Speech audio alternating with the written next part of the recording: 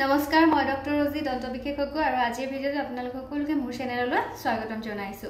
আজিৰ ভিডিঅ'টোত লাচিত ৰাভাই কমেন্ট কৰিছে যে বাইদেউ মোৰ দাঁত এটা হিলি থাকে, বিষ হৈ থাকে আৰু দাঁতটো নহৰুৱাকৈ কিবা ট্ৰিটমেন্ট কৰিব পৰা যায় নেকি? আপোনাৰ দাঁতটো কি কাৰণত হিলিছে সেই কথাটো গম পালে বেছি ভাল আছিল। দাঁত হিলাৰ কেইবাটাও কাৰণ থাকে। যদিহে আপোনাৰ দাঁতটো যি টুকুৰা আলুত আপোনাৰ পুট খাই থাকে সেই সাইডৰ আলুৰ যদি ইনফেকশন হয়, সাইডৰ আলুকিটা যদি তললৈ খহি যায় বা ওপৰ দাঁত হলে ওপৰলৈ খহি যায়, তেতিয়া হলে আপোনাৰ দাঁতৰ আলুটোৱে দাঁতটোক ধৰি ৰখাৰ ক্ষমতাটো লাহে লাহে যেহেতু হেৰুৱাই পেলাই, তেতিয়াও আপোনাৰ দাঁতটো হিলিব পাৰে। সাইডৰ আলুকিটা যদি ইনফেকশন হয়, দাঁতৰ আলুকিটা যদি ফুলি উঠে, তেজপুজ ওলাই বা পুজ জমা হৈ থাকে, তেতিয়া হলে আপোনাৰ দাঁতটো হিলিব পাৰে। তাৰ পাছত আপোনাৰ দাঁতটো কেভিটি হৈ মানে ডেন্টেল কেৰিজ যেটো দাঁতত পোকে খোৱা বুলি কোৱা হয়, দাঁত পোকে খোৱাৰ ফলত যদি দাঁতটো ফ্ৰেকচাৰ হয়, ভাঙি যায়, নাইবা আপোনাৰ দাঁতটো উইক হৈ যায়, তেতিয়াও দাঁতটো হিলাৰ চান্স থাকে, নাইবা আপোনাৰ দুখ পালেও দাঁত এটা হিলাৰ চান্স থাকে। যিকোনো কাৰণতে যদি আপুনি দুখ পায়, কেতিয়াবা টান বস্তু খোৱাৰ ফলত বা কেতিয়াবা পৰোতে এক্সিডেন্ট হওঁতে যদি আপুনি দুখ পায়, তেতিয়া হলে দাঁতটো ফ্ৰেকচাৰ হয়, ভাঙি, তেতিয়াও দাঁত এটা হিলাৰ সম্ভাৱনা থাকে। কি কাৰণত হিলিছে তাৰ ওপৰতে তাৰ ট্ৰিটমেন্টটো ডিপেন্ড কৰিব। যদিহে আপোনাৰ দাঁতটো বহুত বেছি ইনফেকশন আছে আৰু বহুত বেছি হিলি গৈছে, তেতিয়া হলেতো দাঁতটো উঠাই দিয়াৰ বাহিৰে কোনো বিকল্প উপায় নাই। কিন্তু যদি আপোনাৰ দাঁতটো অকনমান হিলিছে, তেতিয়া হলে তাতে কি কাৰণে হিলিছে, যদিহে ফ্ৰেকচাৰ হৈছে বা ডেন্টেল কেভিটি হৈছে, তেতিয়া হলে RCT যেটো ৰুট কেনাল ট্ৰিটমেন্ট বুলি কোৱা হয়, সাধাৰণতে দাঁতৰ হীৰাৰ ট্ৰিটমেন্ট, সেই দাঁতৰ হীৰা ট্ৰিটমেন্ট কৰি যদি বচাব পৰা সুবিধা থাকে, এক্সৰে কৰাৰ পাছত গম পোৱা যাব কি ট্ৰিটমেন্ট কৰা হ'ব বা আপোনাৰ কি প্ৰবলেম হৈ আছে দাঁতটোৰ ভিতৰত।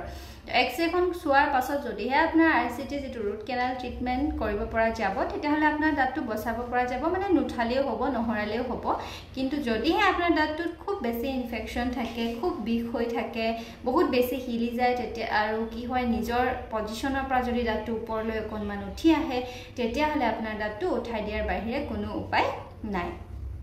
আৰু যদি আপোনাৰ অলপ হিলিছে, তেতিয়া হলে দাঁতৰ আলুৰ সাইডত আপোনাৰ কি হয়, যদি আপোনাৰ লেট্ৰা ক্যালকুলাস, ব্ল্যাক টাৰ্টাৰ এইবিলাক যদি জমা হৈ আছে, লেট্ৰা হাৰ্ড সাবস্টেন্সেস যদি বহুত দিনৰ পৰা জমা হৈ আছে, তেতিয়া হলে এইবিলাক দাঁতটো চাৰিওফালৰ পৰা ক্লিনিং কৰি পেলাই আপোনাৰ RCT কৰি দিলে দাঁতটো হিলাটো লাহে লাহে কমিবলৈ ল'ব লাগে। আপুনি যেতিয়া সাফা কৰিব, RCT কৰিব, তাৰ পাছত দাঁতৰ অলপ কেয়াৰ ল'ব লাগিব, দাঁতৰ আলুবিলাক মাসাজ দিব লাগিব, মাউথ ওয়াশ ইউজ কৰিব লাগিব, যি ডক্টৰে আপোনাক মেডিসিন দিয়ে, মেডিসিন কিটাও খাব লাগিব কমপ্লিটলি।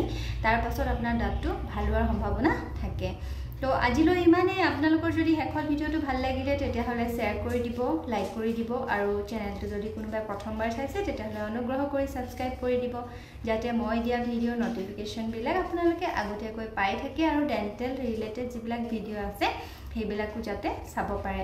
আপোনাৰ কি কয়, আপোনাৰ সুবিধাৰ্থে যেহেতু ভিডিঅ'টো বনোৱা হৈছে, সেই গতিকে মানে যিমান পাৰে আপোনালোকে শ্বেয়াৰ কৰিব বুলি অনুৰোধ কৰিলোঁ। আৰু শেষত ভিডিঅ'টো চোৱাৰ বাবে ধন্যবাদ। যদিহে ভাল পালে, তেতিয়াহ'লে অনুগ্ৰহ কৰি লাইক কৰি দিব, আৰু আপোনালোক সুস্থ থাকক, সবল থাকক। আকৌ লগ পাম এটা নতুন ভিডিঅ'ত, এটা নতুন টপিকৰ সৈতে। তেতিয়ালৈকে আকৌ আহিছোঁ।